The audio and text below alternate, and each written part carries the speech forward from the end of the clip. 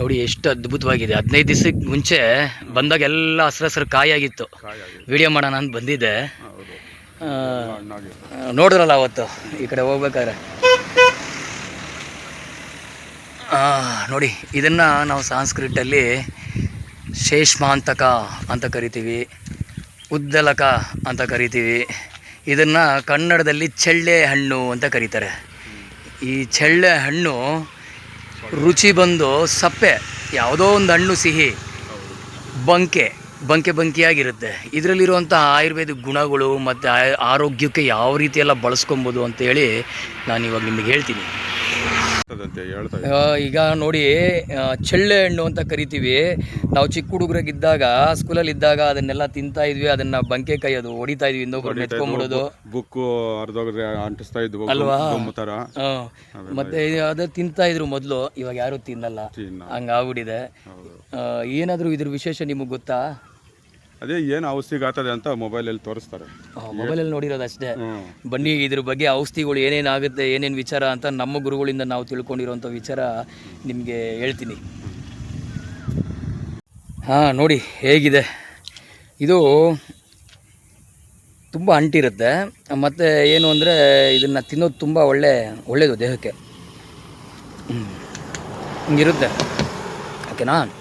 ಇದು ಏನೇನು ಒಳ್ಳೆಯದು ಅಂದರೆ ಹೇಳ್ತೀನಿ. ಇದು ನೆಗಡಿ, ಕೆಮ್ಮು ಅದಕ್ಕೆಲ್ಲ ಒಳ್ಳೆಯದು. ಮತ್ತು ಈ ಶ್ವಾಸಕೋಶದ ಆರೋಗ್ಯಕ್ಕೆ ತುಂಬ ಒಳ್ಳೆಯದು. ಯಾರಿಗೆ ತುಂಬ ನಡೆದ್ರೆ ಆಯಾಸ ಆಗ್ತಾ ಇರುತ್ತೆ, ಉಬ್ಸ ಅಂತ ಹೇಳ್ತಾರಲ್ಲ, ಅದು ಬರ್ತಾ ಇರುತ್ತೆ, ಅವರು ರಾತ್ರಿ ಹೊತ್ತು ಇದನ್ನು ತಿಂದ್ಬಿಟ್ಟು ಮಲಗಬೇಕು. ರಾತ್ರಿ ಹೊತ್ತು ಇದು ತಿಂದ್ಬಿಟ್ಟು ಮಲಗಿದ್ರೆ ಆ ಎದೆ ಒಳಗಡೆ ಇರೋ ಲಂಗ್ಸಲ್ಲಿರೋ ಎಲ್ಲ ಕಫಗಳೆಲ್ಲ ಕ್ಲೀನಾಗಿ ಆಗಿ ಬೆಳಿಗ್ಗೆ ಎದ್ದರೆ ಲೆಟ್ರಿನಲ್ಲಿ ಬಂದ್ಬಿಡುತ್ತೆ. ತುಂಬ ನೆಗಡಿ ಇರೋರು ತಿಂದರೂ ಕೂಡ ನೆಗಡಿ ನಿಂತೋಗುತ್ತೆ. ಇನ್ನೊಂದು ವಿಶೇಷ ಏನು ಅಂದರೆ, ಇದು ತುಂಬ ಕೋಲ್ಡಲ್ಲಿರೋದು ಇದೊಂದು ನೆಗಡಿ ಹೆಂಗೆ ತೆಗೆಯುತ್ತೆ ಅಂದರೆ ಅದೇ ಆಯುರ್ವೇದಿಕಲ್ಲಿರೋ ಜಾದು. ಅಷ್ಟೊಂದು ಒಳ್ಳೆಯದು. ಉಷ್ಣ. ಈಗ ಸೂಜಿಯಿಂದನೇ ಮುಳ್ಳ ತೆಗಿಬೇಕು, ಗಡರಿಯಿಂದ ಮುಳ್ಳಿ ತೆಗಿಯೋಕ್ಕಾಗಲ್ಲ ಅಲ್ವಾ. ನೋಡಿ ಹೇಳ್ತಾ ಇದ್ದಾರೆ ಹೇಳೋಣ, ಸೂಜಿಯಿಂದನೇ ಮುಳ್ಳಿಂದನೇ ಮುಳ್ಳು ತೆಗಿಬೇಕು. ಆ ಥರ ಎಲ್ಲ ತುಂಬ ಜನಕ್ಕೆ ತುಂಬ ನೆಗಡಿ. ಏನು ತಿಂದರೂ ನೆಗಡಿ, ಏನು ಹೀಟಾಗಿರೋದೇನೋ ತಿಂದರೂ ನೆಗಡಿ, ಹಂಗೆ ಇರುತ್ತೆ. ನೆಗಡಿ ಅಂತಾರಲ್ಲ, ಅವ್ರಿಗೆ ಇದು ಗೊಂಡೆನ ಗಟ್ಟಿ ಮಾಡಿಬಿಡುತ್ತೆ. ಇದನ್ನು ಗೊಂಡೆ ಹಣ್ಣು ಅಂತಲೂ ಕರಿತಾ ಇದ್ರು. ನಾವು ಚಿಕ್ಕ ವಯಸ್ಸಲ್ಲಿ ಬುಕ್ ಮೆಸ್ಸೋದಕ್ಕೆಲ್ಲ ಯೂಸ್ ಮಾಡ್ತಾಯಿದ್ವಿ. ಮತ್ತು ಹುಡುಗರ ಜೊತೆ ಆಟ ಆಡ್ತಾ ಇದ್ವಿ. ಯಾರೋ ಕೂತ್ಕೊಂಡ್ರೆ ಟೇಬಲ್ ಮೇಲೆಲ್ಲ ಹಚ್ಬಿಟ್ಟು ಬಂದ್ಬಿಟ್ಟು ತಮಾಷೆ ನೋಡ್ತಾ ಇದ್ವಿ. ಅವ್ರು ಕೂತ್ಕೊಂಡ್ರೆ ಚಡ್ಡಿ ಎಲ್ಲ ಮೆತ್ಕೊಂಡ್ಬಿಡೋವು. ಆ ಥರ ಎಲ್ಲ ಆಟ ಆಡ್ತಾ ಇದ್ವಿ. ಇದು ಬಂದು ಏನು ಅಂದರೆ, ಇದ್ರ ಬೀಜ ಇದೆಯಲ್ಲ ನೋಡಿ, ಈ ಬೀಜ ತುಂಬ ಗಟ್ಟಿ ಇರುತ್ತೆ. ಈ ಬೀಜದಲ್ಲಿ ಎಣ್ಣೆ ಮಾಡ್ತಾರೆ.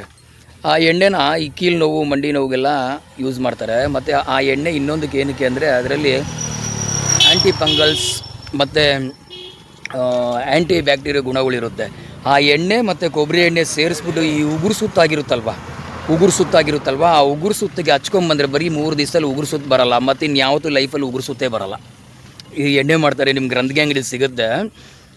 ಅದನ್ನು ಉದ್ದಲಕ ತೈಲ ಅಂತ ಕರೀತಾರೆ. ಇದು ಬೆಂಗಳೂರಲ್ಲಿ ಸಿಗುತ್ತೋ ಇಲ್ಲೋ ಗೊತ್ತಿಲ್ಲ ನಮಗೆ. ಅದು ಉದ್ದಲಕ ತೈಲ ಅಂತ ಕರೀತಾರೆ. ನಾವು ಸುಮಾರು ನಮ್ಮ ಅಜ್ಜಿಯವರು ಇರಬೇಕಾದ್ರೆ ಆನೇಕಲ್ಲಲ್ಲಿ ಒಬ್ಬರು ಈ ತೈಲ ಮಾಡ್ತಾಯಿದ್ರು. ಅದನ್ನು ತೈಲ ತೊಗೊಂಬಂದ್ಬಿಟ್ಟು ನಮಗೆ ಉಗುರು ಸುತ್ತು ಬಂದಾಗ ನಮ್ಮ ಕೊಬ್ಬರಿ ಎಣ್ಣೆಲ್ಲಿ ಹಾಕಿ ಹಚ್ತಾಯಿದ್ರು. ನಾನು ತುಂಬ ಉಗುರು ಸುತ್ತು ಆಗೋದು ಚಿಕ್ಕ ವಯಸ್ಸಲ್ಲಿ, ಅದನ್ನು ಹಚ್ಚಿರೋದು ನೆನಪಿದೆ ನನಗೆ. ಸೊ ಆ ಥರ ಕೆಲಸ ಮಾಡುತ್ತೆ. ಮತ್ತು ಇನ್ನೊಂದೇನು ಅಂದರೆ, ಇದು ತುಂಬ ಶಕ್ತಿಯುತವಾದಂಥ ಹಣ್ಣು. ಇದರಲ್ಲಿ ಏನೇನಿದೆ ಅಂದರೆ, ಮಿನರಲ್ಲು, ವಿಟಮಿನ್ಸು, ಕ್ಯಾಲ್ಶಿಯಮ್ಮು ಎಲ್ಲ ಪ್ರತಿಯೊಂದು ಏನೇನು ಬೇಕು ದೇಹಕ್ಕೆ ಎಲ್ಲನೂ ಇದೆ. ಇದೊಂದು 5 ಹಣ್ಣು ಇಲ್ಲ 10 ಹಣ್ಣು ದಿವಸಕ್ಕೆ ತಿನ್ಬೋದು. ಅದಕ್ಕೆ ಮೇಲೆ ತಿನ್ನಬಾರ್ದು. ಅದಕ್ಕೆ ಮೇಲೆ ತಿಂದರೆ ಇದು ಎಷ್ಟು ಜೀರ್ಣಕಾರಕ ಹಣ್ಣಾಗಿ ಕೆಲಸ ಮಾಡುತ್ತೋ ಅಷ್ಟೇ ಮಲಬದ್ಧತೆ ಮಾಡಿಬಿಡುತ್ತೆ. ಕಮ್ಮಿ ತಿಂದರೆ ಚೆಂದಾಗಿ ಜೀರ್ಣ ಆಗುತ್ತೆ. ಜಾಸ್ತಿ ಸಿಕ್ತು ಅಂದ್ಬಿಟ್ಟು ಚೆಂದಾಗಿ ತಿಂದುಬಿಟ್ರೆ 2-3 ದಿವಸ ಆದರೂ ನಿಮ್ಮ ಬಾತ್ರೂಮ್ ಬರೋಲ್ಲ. ಆ ಥರ ಮಾಡಿಬಿಡುತ್ತೆ. ಜೀರ್ಣಕ್ಕೂ ಕೆಲಸ ಮಾಡುತ್ತೆ. ಮತ್ತು ತುಂಬ ತಿಂದರೆ, ಅತಿಯಾದರೆ ಅಮೃತನೂ ವಿಷ ಅಂತ ಹೇಳ್ತಾರೆ. ಅದರಿಂದ ಅತಿಯಾಗಿ ತಿಂದರೆ 2-3 ದಿವಸ ಆದರೂ ಬಾತ್ರೂಮ್ ಬರೋಲ್ಲ. ಆ ಥರ ಕೆಲಸ ಮಾಡುತ್ತೆ. ಮತ್ತು ಇದು ಶುಗರಿಗೆ ತುಂಬ ಒಳ್ಳೆಯದು. ಈ ಹಣ್ಣುಗಳು ಸಿಕ್ಕಿದ್ರೆ ಈ ಹಣ್ಣುಗಳನ್ನ ನೀವು ಚೆಂದಾಗಿ ಇದನ್ನೆಲ್ಲ ಹಿಂಗೆ ತೆಗೆದುಬಿಟ್ಟು, ಈ ಒಟ್ಟಿರುತ್ತಲ್ಲ ಹಣ್ಣುದು, ಈ ಒಟ್ಟನ್ನು ಒಣಗಿಸ್ಕೊಂಬಿಟ್ಟು ಪೌಡ್ರ್ ಮಾಡ್ಕೊಂಡು ಬೆಳಗ್ಗೆ ಮಜ್ಜಿಗೆಯಲ್ಲಿ ಒಂದು ಅರ್ಧ ಸ್ಪೂನ್ ಹಾಕ್ಕೊಂಡು ಕುಡಿದ್ಬಿಟ್ಟು ನೀವು ಮಾಮೂಲಿ ಕೆಲಸ ಮಾಡ್ಕೊಳ್ಳಿ. ಶುಗರು ನೀವು ಅನ್ನ ತಿಂದರೂ ಏನೇ ಸ್ವೀಟ್ ತಿಂದರೂ ಚಕ್ಕಂದ ಮೇಲೆ ಹೋಗಲ್ಲ. ಇದರಲ್ಲಿರೋ ಒಂದು ಅಂಟಿನ ಪದಾರ್ಥ ಏನು ಮಾಡುತ್ತೆ, ನಿಮ್ಮ ಒಳಗಡೆ ಅನ್ನಮಯ ಕೋಶ ಇರುತ್ತಲ್ವ ಅದ್ರ ಒಳಗಡೆ ಹೋಗಿ ನೋಡು, ನಮ್ಮ ನಾಲ್ಗೆ ಇದೆಯಲ್ಲ ಅಂಟು, ಆ ಥರ ಒಂದು ಜಿಗುಟನ್ನ ಒಂದು ರಕ್ಷಣಾ ಕವಚನ ಕ್ರಿಯೇಟ್ ಮಾಡುತ್ತೆ. ಆವಾಗ ಬ್ಲಡ್ ಒಳಗಡೆ ಶುಗರ್ ಬೇಗ ಬೇಗ ರಿಲೀಸ್ ಆಗೋಲ್ಲ, ನಿಧಾನಕ್ಕೆ ಜೀರ್ಣ ಮಾಡಿಸುತ್ತೆ. ತಿಂದಿರೋ ಆಹಾರನ ನಿಧಾನಕ್ಕೆ ಯಾವಾಗ ಜೀರ್ಣ ಆಗುತ್ತೆ ಆವಾಗ ಬೇಗ ಬೇಗ ಬೇಗ ಶುಗರ್ ಪ್ರೊಡ್ಯೂಸ್ ಆಗೋಲ್ಲ, ಆ ಥರ ಕೆಲಸ ಮಾಡುತ್ತೆ. ಮತ್ತು ಇದು ನೀವು ಕೇಳಿರಬೇಕು, ಆವಾಗ ತುಂಬ ಜನ ಮಕ್ಕಳು, ಮನೆಯೆಲ್ಲ ಮಕ್ಕಳು, ಇದು ವರ್ಷದ ಫಲ. ಯಾರು ಈ ಫಲನ ವರ್ಷದಲ್ಲಿ ಬಂದಾಗ ಒಂದು ತಿಂಗಳು ದಿಸಕ್ಕೆ 5 ತೊಗೊಂಡಿರ್ತಾರೋ ಅವ್ರಿಗೆ ವೀರ್ಯ ಹಿಂಗಲ್ಲ, ವೀರ್ಯ ಸಕ್ಕ ಸ್ಟ್ರಾಂಗ್ ಆಗಿರುತ್ತೆ. ಇದು ಪುರುಷತ್ವಕ್ಕೆ ಒಳ್ಳೆಯದು ಅಂದರೆ ಇದೇನು ಇದು ಸ್ಟಡಿ ಮಾಡಲ್ಲ, ಬಟ್ ಆದರೆ ಒಳಗಡೆ ವೀರ್ಯ ವೃದ್ಧಿಗೆ ಸಹಾಯ ಮಾಡುತ್ತೆ. ವೀರ್ಯ ಚೆಂದಾಗಿ ವೃದ್ಧಿಯಾಗಿ ಒಳಗಡೆ ಚೆಂದಾಗಿ ಸ್ಟಾಕ್ ಆಗಿರುತ್ತೆ. ಆ ವೀರ್ಯದಲ್ಲಿ ಕ್ವಾಲಿಟಿ ತುಂಬ ಚೆನ್ನಾಗಿರುತ್ತೆ. ಅದಕ್ಕೆ ಆಗಲಿಲ್ಲ ಅನ್ನೋದೇ ಇರ್ತಾ ಇರಲಿಲ್ಲ. ಮನೆಯೆಲ್ಲ ಮಕ್ಕಳಿರಲಿ ಮನೆ ತುಂಬ ಅಂತ. ಒಬ್ಬೊಬ್ಬರಿಗೆ ಒಂದೊಂದು ಡಜನ್ ಮಕ್ಕಳಾಗ್ತಾಯಿತ್ತು, ಅವರು ವೀರ್ಯಕ್ಕೆ ಶಕ್ತಿ ಹಂಗೆ ಇರ್ತಾಯಿತ್ತು, ಅವ್ರು 100 ವರ್ಷವೂ ಬದುಕಿರ್ತಾಯಿದ್ರು, ಯಾವ ಮಂಡಿ ನೋವು ಇರ್ತಾ ಇರಲಿಲ್ಲ. ಆ ಥರ ಇದು ಕೆಲಸ ಮಾಡುತ್ತೆ. ಮತ್ತು ಇದ್ರದ್ದು ಎಲೆ ಕಷಾಯ ಮಾಡಿಕೊಂಡು ನೀವು ಕುಡಿಬೋದು. ಯಾವಾಗ ಕುಡಿಬೇಕು ಅಂದರೆ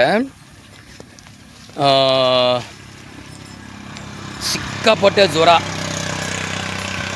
ಈ ಮನೇಲಿ ಒಬ್ರಿಗೆ ಬಂದು ಇನ್ನೊಬ್ರಿಗೆ ಅಂಟ್ಕೊಂಡ್ಬಿಡುತ್ತೆ, ವೈರಲ್ ಫೀವರ್, ಮತ್ತು ಇದು ಟೈಫಾಯ್ಡ್, ಈ ಥರ ಜ್ವರಗಳೆಲ್ಲ ಕಂಟ್ರೋಲಿಗೆ ಬರ್ದಿರೋ ಜ್ವರಗಳು, ಅದರೆಲ್ಲ ಪ್ಲೇಟ್ಲೆಟ್ಸ್ನ ಕಮ್ಮಿ ಮಾಡಿಬಿಡುತ್ತೆ ಟೈಫಾಯ್ಡ್ಸ್ ಬಂದಾಗ. ಆವಾಗ ಸಖತ್ ಕಷ್ಟ. ಆ ಬಾಡಿ ತಂಪು ಮಾಡ್ಕೊಬೇಕು ಬೇಗ ಅಂದರೆ ಇದ್ರಿಗೆ ಎಲೆಗಳನ್ನೆಲ್ಲ ತೊಗೊಂಡು ಹೋಗ್ಬಿಟ್ಟು ಒಂದಿಷ್ಟು ಎಲೆ ತೊಗೊಂಡು ಜಜ್ಬಿಟ್ಟು ಅದನ್ನು ಒಂದು ಅರ್ಧ ಅವರು ಕಾಯಿಸ್ಬಿಟ್ಟು ಒಂದು 250 ml ನೀರು ಹಾಕ್ಬಿಟ್ಟು ಒಂದು 100 ಗ್ರಾಮ್ ಆಗೋಷ್ಟು ಒಂದು 150 ml ಇಮ್ರೋಗಿ ಬಿಟ್ಟು ಅದನ್ನು ಬೆಳಿಗ್ಗೆ ತೊಗೊಳ್ಳೋದು, ಬೆಳಿಗ್ಗೆ ಸಾಯಂಕಾಲ. ಆ ಜ್ವರ ನಿಲ್ಲೋವರೆಗೂ ತೊಗೊಳ್ಳೋದು 3 ದಿವಸ ಅಷ್ಟೇ. ಎಂಥ ಜ್ವರ ಇದ್ರು ಎಂಥ ಸುಸ್ತಿದ್ರು ಆ ಜ್ವರ ಎಲ್ಲ ಹೋಗಿ ಮೈಯೆಲ್ಲ ತಣ್ಣಗಾಗ್ಬಿಡುತ್ತೆ. ಕಣ್ಣು ಮುಚ್ಚಿದ್ರೆ ಒಳ್ಳೆ ಆನಂದವಾದ ನಿದ್ದೆ, ಬೆಳಿಗ್ಗೆ ಎದ್ದಿದ ತಕ್ಷಣ ಕಣ್ಣಲ್ಲಿ ಗೀಚೆಲ್ಲ ಬಂದ್ಬಿಟ್ಟಿರುತ್ತೆ, ಅಷ್ಟು ಒಳ್ಳೆ ನಿದ್ದೆ ಕೊಟ್ಬಿಡುತ್ತೆ ತಂಪು ಮಾಡಿ ಬಾಡಿನ. ಪೈಲ್ಸ್ ಇರ್ತಾರಲ್ಲ, ಪೈಲ್ಸು ಅವರು ಕೂಡ ಅಷ್ಟೇ ಇದು ಕಷಾಯ ತೊಗೊಬೋದು. ಈ ಹಣ್ಣು ಸಿಗೋದು ನಿಮಗೆ ವರ್ಷದಲ್ಲಿ 2 ತಿಂಗಳು ಮಾತ್ರನೇ. ಹಣ್ಣಾಗೆಲ್ಲ ಉದುರೋಗುತ್ತೆ. ಹೋದ ತಿಂಗಳಿಂದ ಕಾಯಾಗಿ ಈ ತಿಂಗಳು ಹಣ್ಣಾಗ್ತಾಯಿದೆ. ಈ ತಿಂಗಳು ಲಾಸ್ಟ್, ಬರೋ ತಿಂಗಳಲ್ಲಿ ಒಂದು ಸ್ವಲ್ಪ ದಿವಸ ಇರುತ್ತೆ, ಆಮೇಲೆಲ್ಲ ಹೋಗ್ಬಿಡುತ್ತೆ. ಈ ಎಲೆಗಳು ಮಾತ್ರ ಇರುತ್ತೆ. ಈ ಎಲೆಗಳನ್ನ ನೀವು ಪೈಲ್ಸ್ ಇರೋರು ಕೂಡ ಕಷಾಯ ಮಾಡ್ಕೊಂಡು ಕುಡಿತಾ ಇದ್ದರೆ ಹೀಟಿಗೆ ಬರುತ್ತಲ್ಲ ಪೈಲ್ಸು, ಆ ಪಿಸ್ತೂಲ ಪೈಲ್ಸ್ ಎಲ್ಲ ಶಮನ ಆಗುತ್ತೆ, ಅಷ್ಟು ಕೆಲಸ ಮಾಡುತ್ತೆ. ಮತ್ತು ಈ ಯಾವುದೇ ಈ ಎಲೆ ಮತ್ತು ಈ ಬೀಜ ತಿನ್ನಬೇಕಾದ್ರೆ, ಬೀಜ ತಿನ್ನೋದಲ್ಲ, ಈ ಹಣ್ಣು ತಿನ್ನಬೇಕಾದ್ರೆ ಗರ್ಭಿಣಿಯರು ಮತ್ತು ಎದೆ ಹಾಲು ಕೊಡ್ತಾ ಇರ್ತಾರಲ್ಲ ಹೆಣ್ಮಕ್ಳು, ಅವ್ರು ತಿನ್ನಬಾರ್ದು. ಏನಕ್ಕೆ ಅಂದರೆ ಗರ್ಭಿಣಿಯರು ತಿಂದಾಗ ಅವ್ರಿಗೆ BP ಲೋ ಮಾಡುತ್ತೆ. BP ಕರೆಕ್ಟಾಗಿರಬೇಕು, BP ಲೋ ಆಗುತ್ತೆ ಸ್ವಲ್ಪ ಇದರಲ್ಲಿ. ಮತ್ತು ಇವರು ಹಾಲು ಕೊಡೋ ಹೆಣ್ಮಕ್ಳು ತಿಂತಾರಲ್ಲ ಅವ್ರಿಗೆ ಹಾಲು ಗಟ್ಟಿ ಆಗುತ್ತೆ. ಸೊ ಅದರಿಂದ ತಿನ್ನಬಾರ್ದು ಅಂತ ಹೇಳ್ತಾರೆ. ಏನು ತಿಂತೀವೋ ಅದೇ ನಮ್ಮ ವ್ಯಕ್ತಿತ್ವ ಆಗಿರುತ್ತೆ, ಆ ಥರನೇ ಐಡಿಯಾ ಬರುತ್ತೆ. ಏನು ನಾವು ತಿಂತೀವೋ ಅದೇ ನಮ್ಮ ದೇಹದಲ್ಲಿ ಗೋಚರ ಆಗುತ್ತೆ. ಅದರಿಂದ ಈ ಹಣ್ಣುಗಳು, ಈ ರಸ ಏನೋ ಬಾಣಂತಿ ಸ್ತ್ರೀಯರಿಗೆ ಕೊಡೋಂಗಿಲ್ಲ. ಏನಕ್ಕೆ ಅಂದರೆ ಆಲ್ರೆಡಿ ಅವ್ರ ಮೈ ಕೋಲ್ಡ್ ಆಗಿರೋ ಕಾರಣ ಅವ್ರಿಗೆ ಸ್ವಲ್ಪ ಹೀಟ್ ಆಗಿರೋ ಐಟಮ್ ಕೊಡ್ತಾ ಇರ್ತಾರೆ. ಆದರೆ ಇದು ಕೊಟ್ಟರೆ ತುಂಬ ಕೋಲ್ಡ್ ಆಗ್ಬಿಟ್ಟು ಸೆನ್ನಿ ಬಂದ್ಬಿಡುತ್ತೆ. ತಿಳ್ಕೊಬೇಕು, ನೀವು ಯಾರು ಯಾವಾಗ ಹೆಂಗೆ ಬಳಸ್ಕೊಬೇಕು ಅಂತ ತಿಳ್ಕೊಬೇಕು. ಇದನ್ನು ಗರ್ಭಿಣಿಯರು ಮತ್ತು ಸ್ತನಪಾನ ಮಾಡಿಸ್ತಾ ಇದ್ದಂಥ ಹೆಣ್ಮಕ್ಳು ಈ ಕಷಾಯನ ಕುಡಿಬಾರ್ದು, ಈ ಹಣ್ಣು ತಿನ್ನಬಾರ್ದು. ಓಕೆನಾ? ಬಳಸ್ಕೊಳ್ಳಿ, ತುಂಬ ಒಳ್ಳೆಯದು. ಮತ್ತು ಇದರಲ್ಲಿ ಇನ್ನೊಂದು ಇದ್ರ ಬೇರು ಇರುತ್ತೆ, ಮರದ ಬೇರು ಜಜ್ಜಿಬಿಟ್ಟು ಮತ್ತು ಈ ತೊಗಟೆ ಜಜ್ಜಿಬಿಟ್ಟು ಗಾಯಗಳಿಗೆ ಪಟ್ಟ ಹಾಕಿದ್ರೆ ಗಾಯಗಳು ಬೇಗ ವಾಸಿ ಆಗುತ್ತೆ.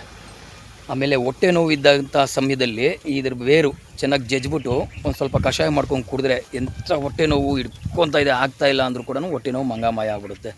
ಈ ಥರ ತುಂಬ ವಿಚಾರ ಇರುತ್ತೆ ಒಂದೊಂದು ಗಿಡದಲ್ಲಿ. ಅದು ಕೆಲವ್ರಿಗೆ ಸ್ವಲ್ಪ ಗೊತ್ತಿರುತ್ತೆ, ಕೆಲವ್ರಿಗೆ ಜಾಸ್ತಿ ಗೊತ್ತಿರುತ್ತೆ. ಅದು ಎಲ್ಲರೂ ಹೇಳ್ತಾ ಇರ್ತಾರಲ್ವ, ಅವ್ರು ಹೇಳ್ತಾ ಇರ್ಬೇಕಾದ್ರೆ ಕೇಳಿ, ಅವ್ರು ಏನು ಹೇಳ್ತಾ ಇದ್ದಾರೆ ಅಂತ ಕ್ಲೀನಾಗಿ ಕೇಳಿ. ಅದರಲ್ಲಿ ಎಷ್ಟು ಮಟ್ಟಕ್ಕೆ ಕರೆಕ್ಟ್ ಇರುತ್ತೆ, ಎಷ್ಟು ಮಟ್ಟಕ್ಕೆ ಕರೆಕ್ಟಿರಲ್ಲ ಅಂತ ನೀವೇ ಒಂದು ಡಾಕ್ಟ್ರ್ ಹತ್ರ ಹೋಗಿ ವಿಚಾರಿಸ್ಕೊಂಡು ಎಲ್ಲ ಮಾಡಿ.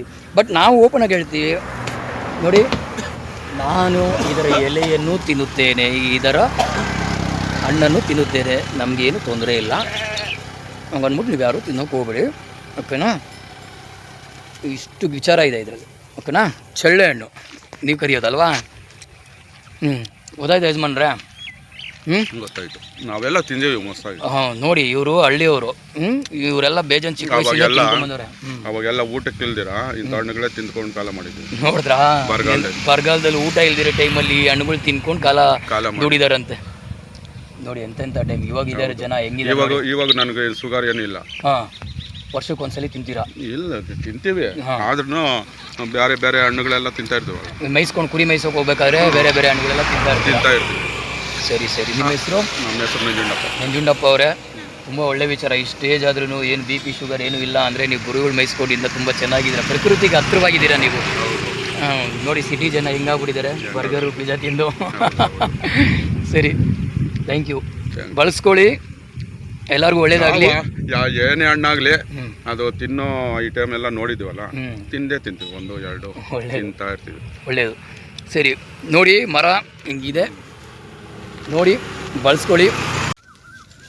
ಮತ್ತು ಇನ್ನೊಂದು ವಿಷಯ ಹೇಳ, ಸಿಂಗಪೂರ್ ಮತ್ತು ಮಲೇಷ್ಯಾ, ಬ್ಯಾಂಕಾಕ್ ಈ ಥರ ದೇಶಗಳೆಲ್ಲ ಇದನ್ನು ಇಂಡಿಯನ್ ಚೆರ್ರಿ ಅಂತ ಕರೀತಾರೆ. ಮತ್ತು ಡ್ರೈ ಫ್ರೂಟ್ಸಲ್ಲಿ ಇದನ್ನು ಒಂದು ಬಳಸ್ತಾರೆ ಅವರು. ಡ್ರೈ ಫ್ರೂಟ್ಸಲ್ಲಿ ನಿಮಗೆ ಗೊತ್ತಿರಬೇಕು, ಬ್ಯಾಂಕಾಕು ಮಲೇಷ್ಯಾ ಆ ಕಡೆ ಎಲ್ಲ ಹೋದರೆ ನಿಮಗೆ ವೈಶ್ಯವಾಟಿಕೆ ಲೀಗಲ್ ಇರುತ್ತೆ. ಸೊ ಅಲ್ಲಿ ಗಂಡಸರಿಗೆ ಪವರ್ ಬೇಕಲ್ವ. ಸೊ ಅದರಿಂದ ಇದನ್ನು ಏನು ಮಾಡ್ತಾರೆ, ಇದನ್ನು ಒಂದು ಡೇಟ್ ಹಾಕಿದ್ರೆ ಹಿಂಗಾಗ್ಬಿಡುತ್ತೆ. ಅದನ್ನು ಹಂಗೆ ಒಣಗಿಸಿ ಇಟ್ಟು ಅದನ್ನು ಚೂರ್ಣ ಮಾಡಿ ಅವ್ರು ಕಷಾಯ ಮಾಡಿ ಕುಡಿತಾರೆ. ಮತ್ತು ಅದು ವೀರ್ಯ ವೃದ್ಧಿಗೋಸ್ಕರ. ಮತ್ತು ಡ್ರೈ ಫ್ರೂಟ್ಸಲ್ಲಿ ಬಳಸ್ತಾರೆ, ಇದನ್ನು ಡ್ರೈ ಫ್ರೂಟ್ಸಲ್ಲಿ ಬಳಸ್ತಾರೆ. ಮತ್ತು ಈ ಮರದ್ದು ಚಕ್ಕೆ ಬರುತ್ತಲ್ಲ, ಆ ಚಕ್ಕೆನೆಲ್ಲ ತೊಗೊಂಡು ಬೇರೆ ಇನ್ನೂ ಒಂದು 2-3 ವಿಷಯ ಗಿಡಗಳು, ಈ ಇಂಪಲಿ ಆಗ್ಬೋದು, ಮತ್ತು ಇನ್ನೊಂದು ತೋರಿಸ್ತೀನಿ ನಿಮ್ಮ ಗಿಡ ಅದಾಗ್ಬೋದು, ಇದನ್ನೆಲ್ಲ ಬೆರೆಸಿ ದಂತಮಂಜನ ಮಾಡ್ಕೊತಾರೆ. ಆ ದಂತಮಂಜನದಲ್ಲಿ ಇದರದ್ದು ಬೀಜ ಎವ್ವಿ ಗಟ್ಟಿ ಅದನ್ನು ಮಿಕ್ಸ್ ಮಾಡ್ತಾರೆ. ಆಮೇಲೆ ಇದು ಬರುತ್ತಲ್ಲ ಸೈಂಧವ ಲವಣ, ಅದನ್ನು ಮಿಕ್ಸ್ ಮಾಡ್ಕೊಂಡು ದಂತಮಂಜನ ಮಾಡ್ಕೊತಾರೆ. ತುಂಬ ಒಳ್ಳೆಯದು. ಇಷ್ಟಿದೆ ವಿಚಾರ. ಒಳ್ಳೆಯದಾಗಲಿ. ಶ್ರೀ ಕೃಷ್ಣಾರ್ಪಣಮಸ್ತು. ಜೈ ಗುರು ಅಮರ.